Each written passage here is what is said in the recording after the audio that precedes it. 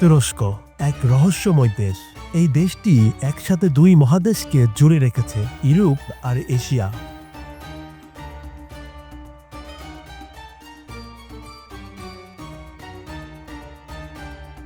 এই ভৌগোলিক মেলবন্ধন শুধুমাত্র মানচিত্রে নয়, ইতিহাসেও ছড়িয়ে রেখেছে এক অনন্য বৈচিত্র্য। সহস্র বছরের ইতিহাস জুড়ে এখানে রাজত্ব করেছে অসংখ্য মহাশক্তিধর সভ্যতা, রোমান, বাইজেন্টাইন, ওসমানীয়, যারা রেখে গিয়েছে চোখ ধাঁধানো স্থাপত্য, অমূল্য সংস্কৃতি আর ইতিহাসের গর্বিত পদচিহ্ন। এই জনপদ শুধুমাত্র ইতিহাসের সাক্ষী নয়, বরং প্রকৃতির এক আশ্চর্য প্রদর্শনী। উঁচু পাহাড়, নীল জলরাশি, বিস্তৃত উপত্যকা, আর সেগুলোর মাঝে দাঁড়িয়ে থাকা শতাব্দী প্রাচীন শহর আর গ্রাম। আজকের যাত্রায় আমরা আবিষ্কার করব তুরস্কের এমনই কিছু চমকপ্রদ জায়গা, যেখানে প্রকৃতি আর ইতিহাস একসাথে রচনা করেছে এক অপূর্ব উপাখ্যান। চলুন সময়ের ধুলোমাখা পথ ধরে পা বাড়াই সেই সব জায়গায় যেখান থেকে এখনো ভেসে আসে অতীতের কণ্ঠস্বর, আর প্রকৃতি ফিসফিস করে বলে, এই পৃথিবীটা সত্যিই অপার সুন্দর।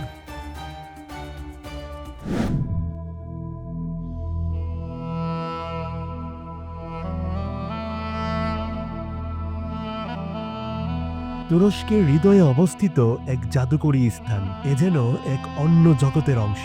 শতাব্দীর পর শতাব্দী ধরে এই অঞ্চলের মানুষের কল্পনাকে মোহিত করে এসেছে কাপাদোকিয়া।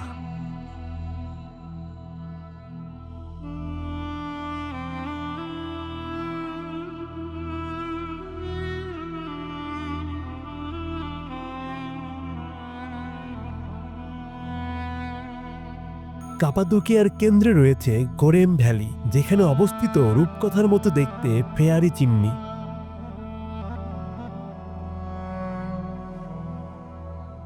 এই ভূখণ্ডের অদ্ভুত গঠনগুলো আজ থেকে প্রায় কয়েক মিলিয়ন বছর আগে আগ্নেয়গিরির অগ্ন্যুৎপাত এবং পরবর্তীতে মাটি, পাথর এবং বালুর ক্ষয়ের ফলে তৈরি হয়েছে।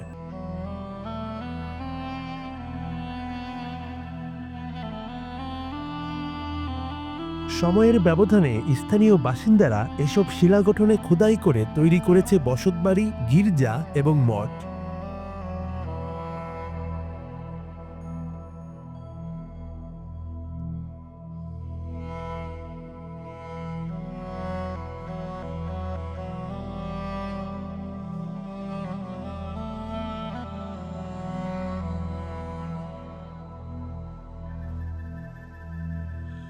এই উপত্যকা বিশেষভাবে জনপ্রিয় হট এয়ার বেলুনে ভ্রমণের জন্য। সূর্যোদয়ের সময় বেলুনে ভেসে কাপাদোকিয়ার অনন্য প্রাকৃতিক দৃশ্য মনোমুগ্ধকরভাবে দেখা যায়।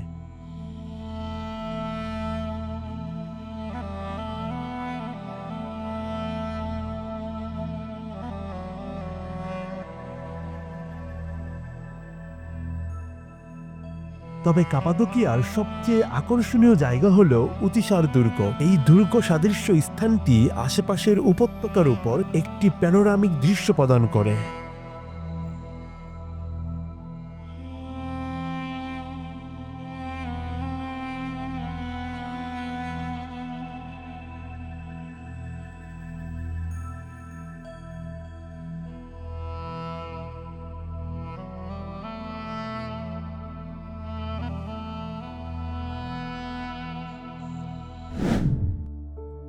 ইস্তানবুল এমন এক মহানগরী যা অন্য কোনো শহরের সঙ্গে তুলনীয় নয়। এই শহর ইউরোপ আর এশিয়ার মধ্যে সেতুবন্ধন তৈরি করেছে, যার মাঝখান দিয়ে চলে গিয়েছে ব্যস্ত বসফরাস প্রণালী। এই প্রণালী কৃষ্ণ সাগরকে মারমারার সাগরের সঙ্গে যুক্ত করেছে, আর এই অনন্য অবস্থান ইস্তানবুলকে শত হাজার বছর ধরে বাণিজ্য ও সংস্কৃতির কেন্দ্রবিন্দুতে পরিণত করেছে।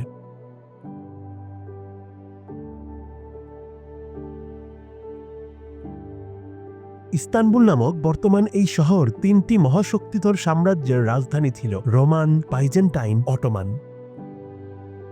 খ্রিস্টপূর্ব 667 সালে এই শহরটির যাত্রা শুরু হয়েছিল বাইজেন্টিয়াম নামে। পরবর্তী 330 খ্রিস্টাব্দে রোমান সম্রাট কনস্টান্টাইন দ্য গ্রেটের নাম থেকে এই শহরের নামকরণ করা হয় কনস্টান্টিনোপল।